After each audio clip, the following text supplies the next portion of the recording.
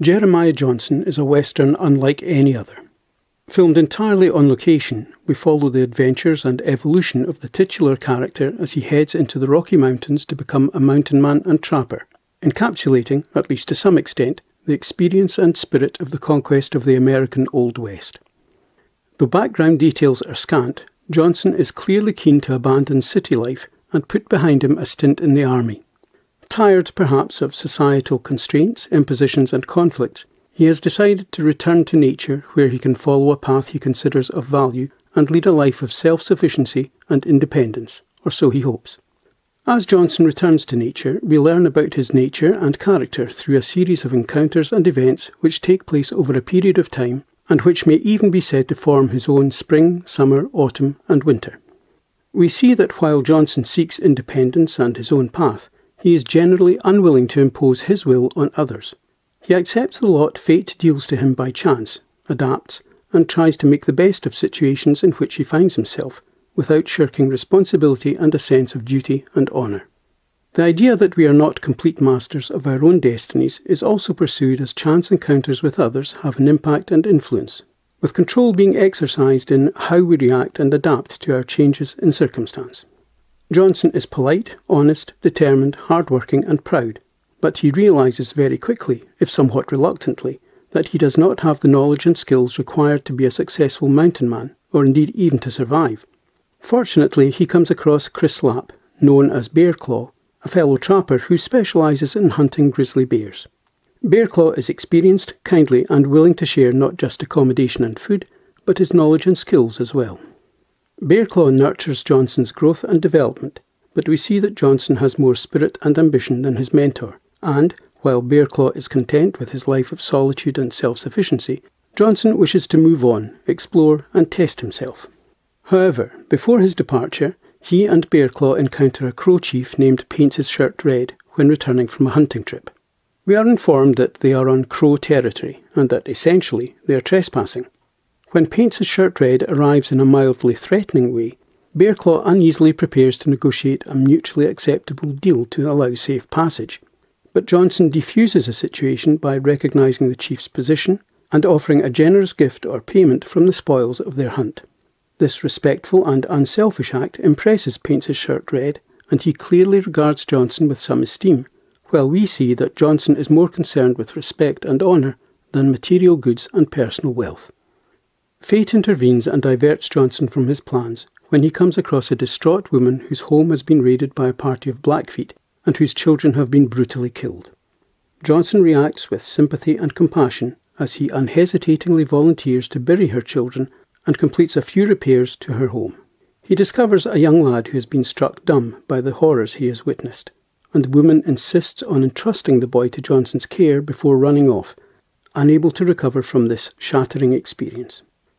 Johnson has behaved with kindness and consideration, but now shows great benevolence and compassion by accepting a duty of care for and displaying sensitivity and understanding toward the young lad whom he names Caleb. He has placed humanity and the needs of others above his own ambitions.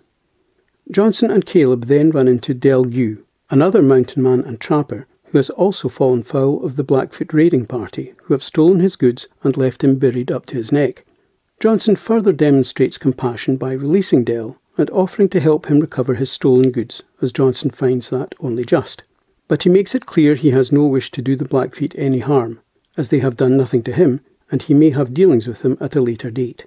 This demonstrates an existential awareness and respect for others, yet a willingness to act for what he perceives as a just cause. However, Del is far less enlightened than Johnson, and their joint venture leads to violence and the deaths of the Blackfeet. Del reveals himself to be affable, but, in contrast with Johnson, he is self-centred, manipulative, and totally untrustworthy. Fate once again intervenes, and when one of Del's schemes for self-preservation amusingly misfires, they find themselves in the good graces of the Flatheads, with whom they are more than willing to trade.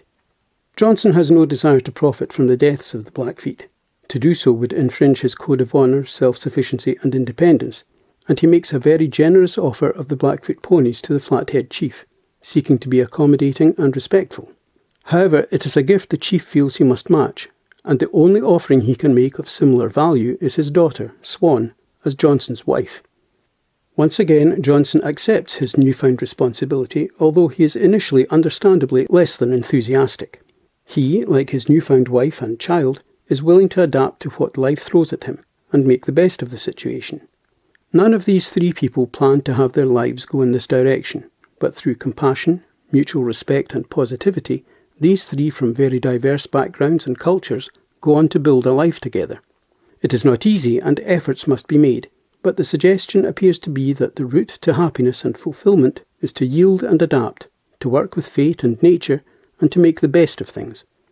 As a family, they choose a suitable place to build a home and work together to create it, constructing a log cabin in the wilderness from the wilderness, using whatever materials are available to them. If the period in which he grew and developed may be viewed as Johnson's spring, this time of flourishing and blooming may be considered his summer. They appear to have become integrated with nature, down to having to defend themselves in a wolf attack. They are content, self-reliant, and are on good terms with their Native American neighbours, perhaps because they share similar values in terms of respect for nature and respect and consideration for others. However, Johnson's fundamental compassion and willingness to help others, whose repercussions he has always accepted and adapted to, will lead to tragic personal consequences when he reluctantly concedes to pressure to lead a contingent of soldiers to a party of settlers stranded in the wilderness. As a result of time pressure, Johnson's own sense of humanity, and disrespect among the soldier contingent for Indian customs, traditions and beliefs regarding the spirits of the dead, against his better judgment, Johnson leads the group through a Crow burial ground. Just as Johnson's respect for nature and his fellow human beings have impressed his Indian neighbours, his apparent disrespect for the spirits of their dead incite fury and a desire for revenge. Swan and Caleb are brutally killed by a Crow raiding party, and, overcome by the pain of loss and grief, Johnson is overwhelmed by instinct and rage and sets off to take his revenge. He is so engulfed by anger and adrenaline that he reacts to wounds he has received in the course of the action only after he has sated his desire for revenge as he kills all but one of the Crow party. There is a pause in his pursuit of this last member of the raiding party when the man sings a death chant. This lull is enough to break Johnson's almost trance-like focus, and he comes to his senses, allowing the man to escape his vengeance.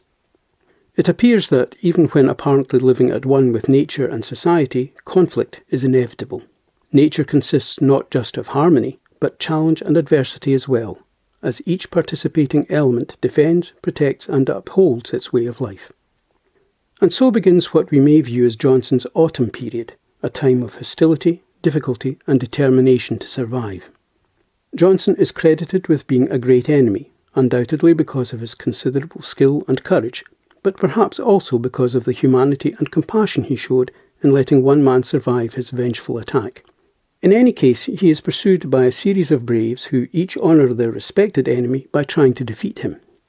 Johnson's status only increases to the level of legend as he displays resolution, determination and strength of spirit in his refusal to concede, qualities required by nature to survive and greatly admired by his enemies who have a profound respect for nature.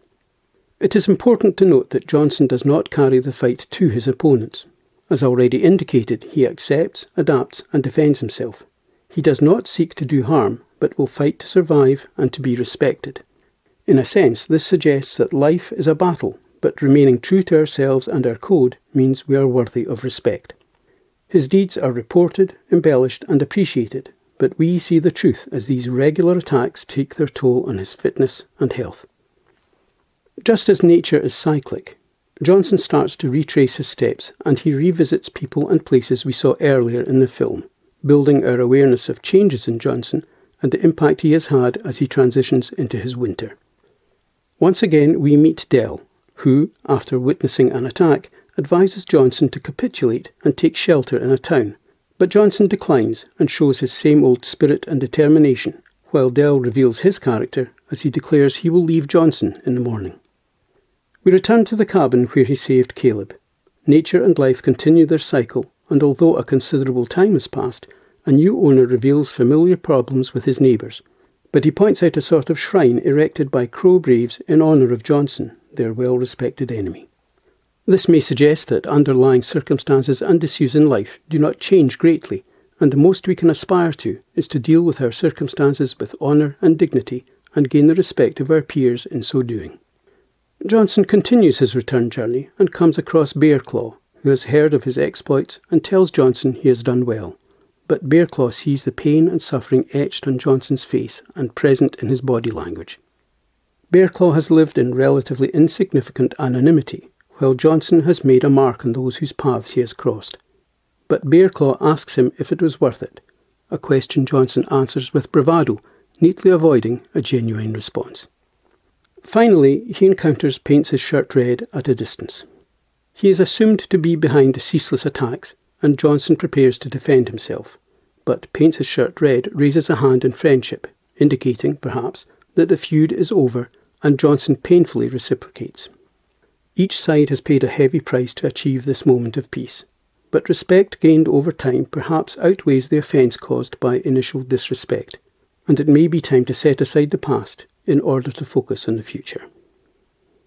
This occasionally melancholic revisionist western paints a relatively realistic picture of life on the Old West frontier, but it goes beyond encapsulating the spirit of the Old West and reinforces the idea that a person's worth should be measured not by wealth, career or social status, but by respect, humanity and spirit. The script by John Milius has been accused of being ponderous, but I felt the story developed at a steady pace and clearly showed the growth and evolution of the characters, as well as the consequences of both tolerance and intolerance. Sydney Pollack's direction is highly assured and even manages to mix regular moments of humour with the drama. In terms of performance, all involved acquitted themselves admirably, and I thought that Robert Redford has rarely been better as he injected moments of light relief amid the intensity of the drama and occasional tragedy. Special mention should be made of the music by Tim McIntyre and John Rubinstein, which captures the general feel and atmosphere of the time and place, as well as moments of emotional intensity. My thanks for taking the time to watch this video. I hope you found it of some value.